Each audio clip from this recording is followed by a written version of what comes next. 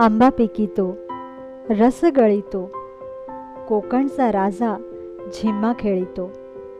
उन्हाळा म्हटलं की आंबा आला आणि आंबा म्हटलं की उन्हाळा आलाच. मोसमाचा पहिला आंबा खाण्यासाठी खवय्ये अगदी चातकाप्रमाणे उन्हाळ्याची वर्षभर वाट पाहत असतात.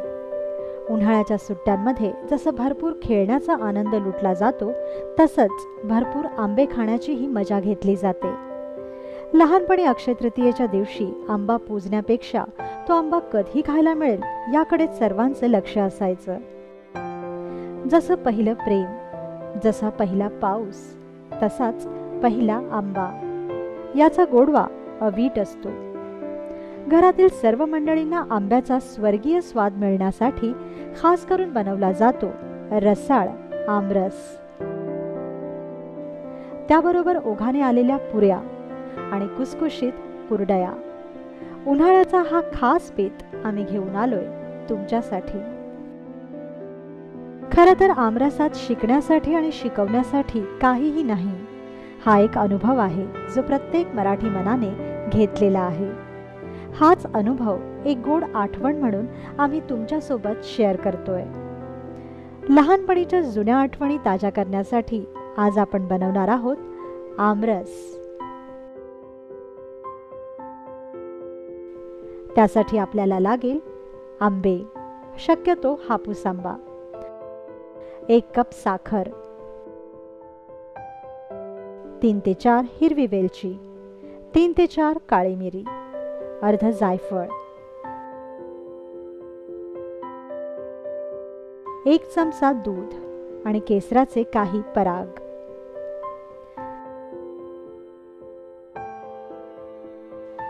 सर्वप्रथम आंब्यांना 10 मिनिटांसाठी पाण्यात ठेवून द्या.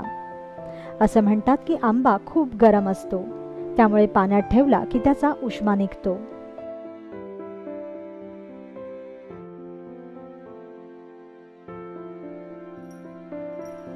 या दरम्यान हिरवी वेलची, काळी मिरी आणि जायफळ खलबत्त्यात कुटून त्याची पूड तयार करून घ्या.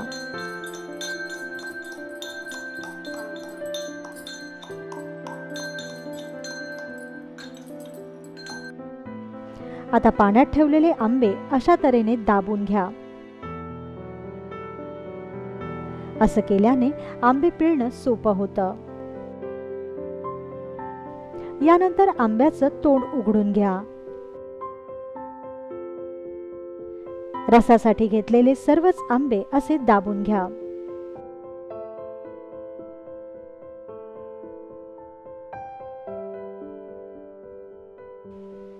मग एका भांड्यात आंबा पिळायला सुरू करा.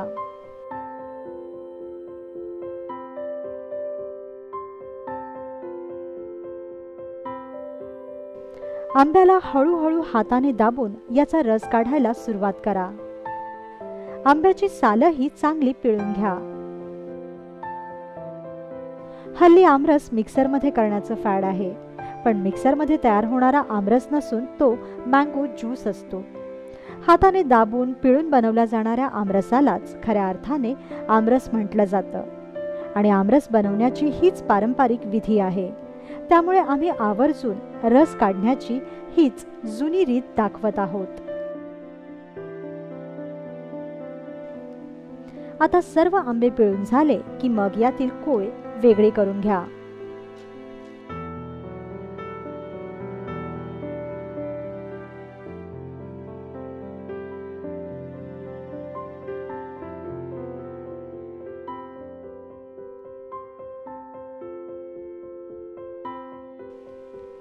आंब्याची कोय आणि सालींवर थोडंसं पाणी घाला आणि पिळून पिळून त्याचाही रस काढून घ्या, जेणेकरून आंब्याचा पूर्ण उपयोग होतो.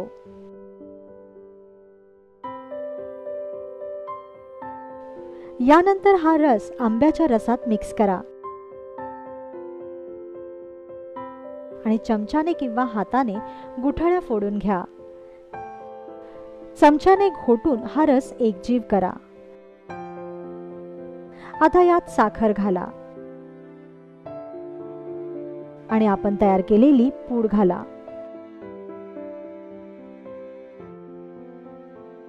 पुन्हा हा रस चांगला एकजीव करा. दरम्यान 1 चमचाभर दुधात केसर घाला आणि हे दूध आता आमरसात ओता आणि हा रस चांगला फेटून घ्या. आमरसात गुठळ्या राहणार नाहीत याची काळजी घ्या, पण एखादी गुठळी आमरसात नक्की ठेवा, कारण ती आमरसाची चव आणखीन वाढवते. तयार झाला आमरस. हा आमरस जरी तयार झाला तरी खाण्यासाठी अजून योग्य नाही, कारण आमरसाची मजा पुरीशिवाय येत नाही. तर मग गरमागरम पुऱ्या काढून घ्या आणि त्यासोबत खमंग कुरडयाही तळा.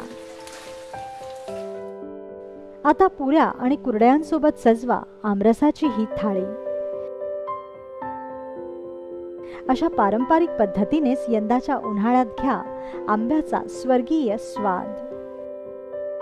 मिक्सरच्या या युगात आमरसाची जागा घेतली आहे मँगो मिल्क शेकने. पण आजीच्या हातचा पिळून बनवलेला आमरस आठवला की जिभेवर आणि डोळ्यात आपसुकच पाणी येतं. त्यामुळे या जुन्या आठवणीला उजाळा देण्यासाठी केलेल्या आमच्या या प्रयत्नाला तुम्ही नक्की दाद द्या.